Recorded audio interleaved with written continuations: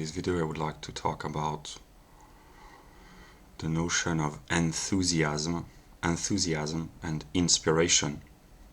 And in ancient Greek, I think enthusiasm means to be possessed by a god, and inspiration kind of means to be possessed or influenced by a spirit or a divine spirit. So to be inspired and to be enthusiastic, even in our day and age in the West, where people do not believe in God or spirits or whatever, we still have the vocabulary, and we still use this vocabulary. And when we say a great work of art, or not necessarily a work of art, but a great work, a great act, a great action, one said you were inspired, or that's inspiring, or that's you are a source of inspiration. So we use a vocabulary which is spiritual without even believing in this. Or we all experience moments when, whether we are atheists or believers, where we feel enthusiastic. We do not really mean that it is a God or a divine presence or God himself who possess us when we are in a state of enthusiasm, but we use the words. And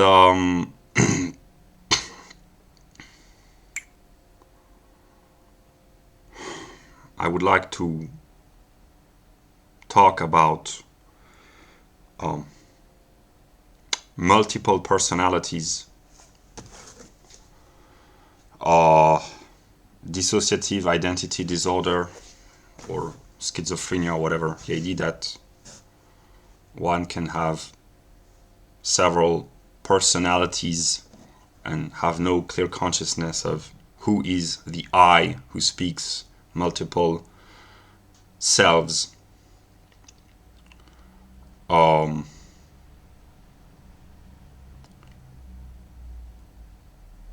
In the first half of 2018, between February and June, or even until August actually, but it was especially the most intense in I guess April, May, June 2018, I felt that I was really inspired. And that's the moment when I started to develop many weird or strange or unusual ideas about the nature of reality. And that's when I developed cultural Hegelianism, and when I was converted to Christianity, and so on and so forth. So it was a moment, a development of profound spiritual evolution. And at this time I used to write on my computer screen, not with the intention of publishing anything, but just to write my ideas. It was not structured, it was not I did not plan to do anything. It was just to put on the written word what I was thinking. And that's when I started to write in bold typography, bold black typography, the key ideas that I had, that I was discovering or understanding. And bold in English means apparently fearless and daring, courageous, brazen, strong, prominent, but also it means a typographical device. And the key ideas that I developed, I wrote classical typography on my computer screen, but when I had a really profound idea, I wrote this in bold typography. And these were mostly Hegelian ideas, and I started to develop unconsciously a personality, a spiritual personality, which was confident, brave, strong, comical, but with a very special sense of humor and very smart. And yeah, I was not aware of this dissociative disorder. I thought that I was writing this, but many months later, when I decided to publish my writings, because I already told this story, I will say the story again, but I felt that I had to share my ideas because I thought that this was important and whatever. And I reread what I had written, and some of the sentences or quotes that I had written in bold scripture, when I reread them many months later, I was shocked and scared of what I had written.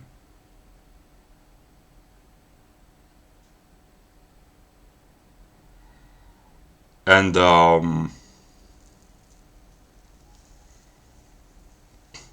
I know that I have said, and I probably will keep saying things on this channel, that when confronted with my own words, I will be shocked and scared of what I myself have said. But who is the I who wrote, thought, or spoke?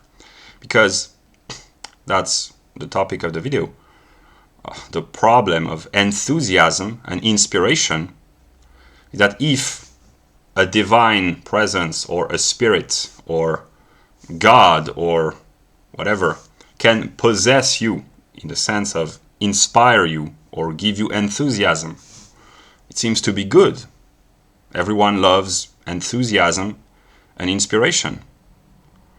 But when this higher presence, this spirit, this divine spark, when it leaves you, when you are no longer inspired, when you are no longer enthusiastic, you are left alone with your own singular self, with no inspiration, no enthusiasm anymore. And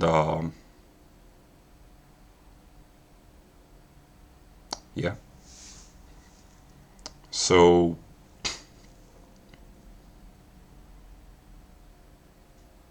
to illustrate, everyone, I am not an atheist, but even atheists understand very simply the idea of an altered state of consciousness.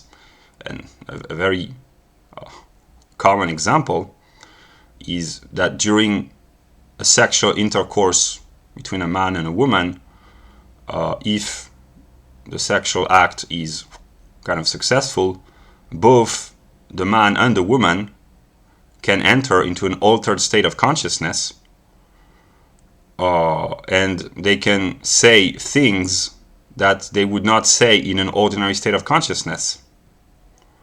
And if they were recorded during the intercourse, and if they were showed later what they had said when they were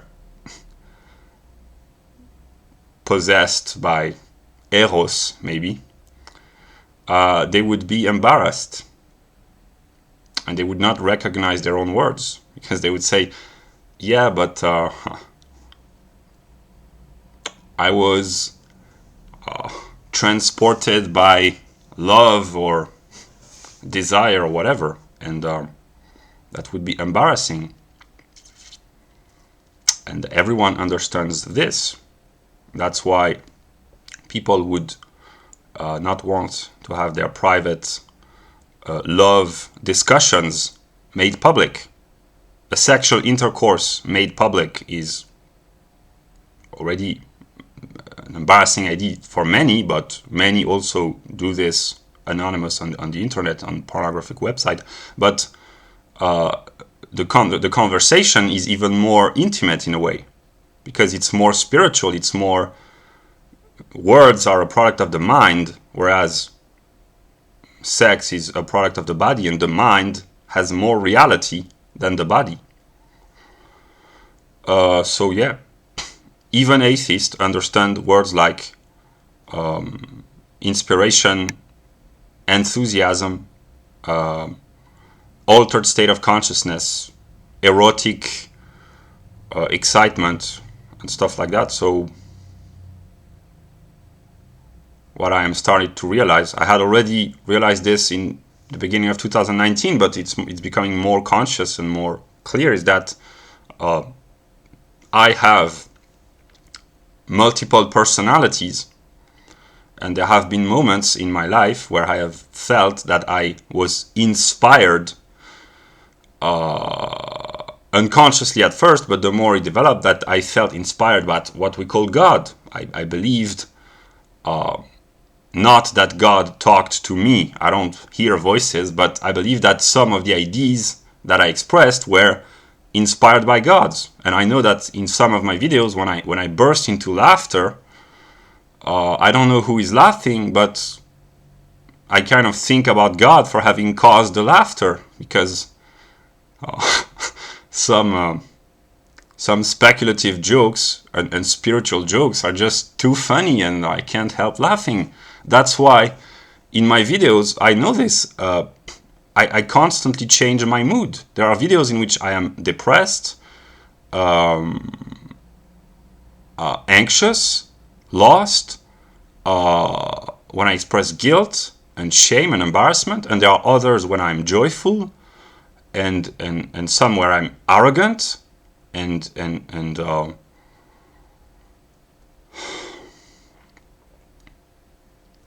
yeah, I do not consciously control my emotions.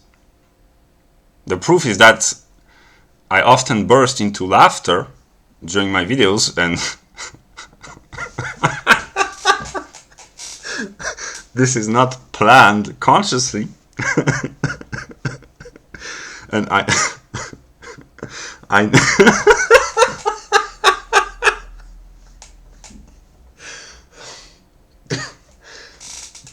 I have taken a decision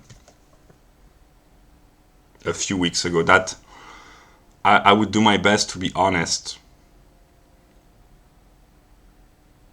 and to publish the embarrassing parts, knowing that I will regret later of having laughed, because I can very well imagine a world without laughter. And yeah, so what I wanted to say is,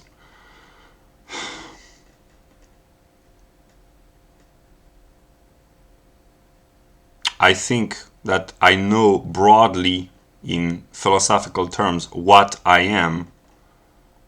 Reason and the concept, that's what I would say. I've understood this recently, the concept, singular, particular, universal, but these are just abstract determinations in my mind. I do not yet realize, understand what this means, what this implies. At this moment in my development, I am still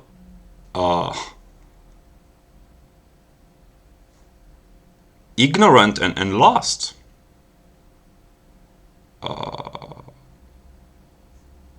And I am discovering aspects of myself every day. And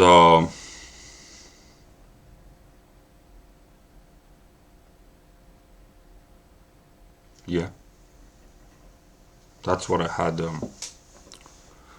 That's what I had to say. That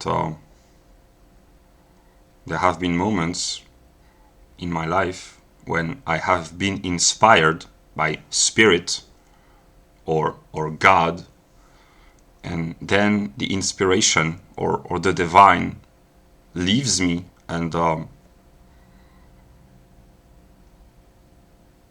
then I'm human, all too human, and weak and fragile, and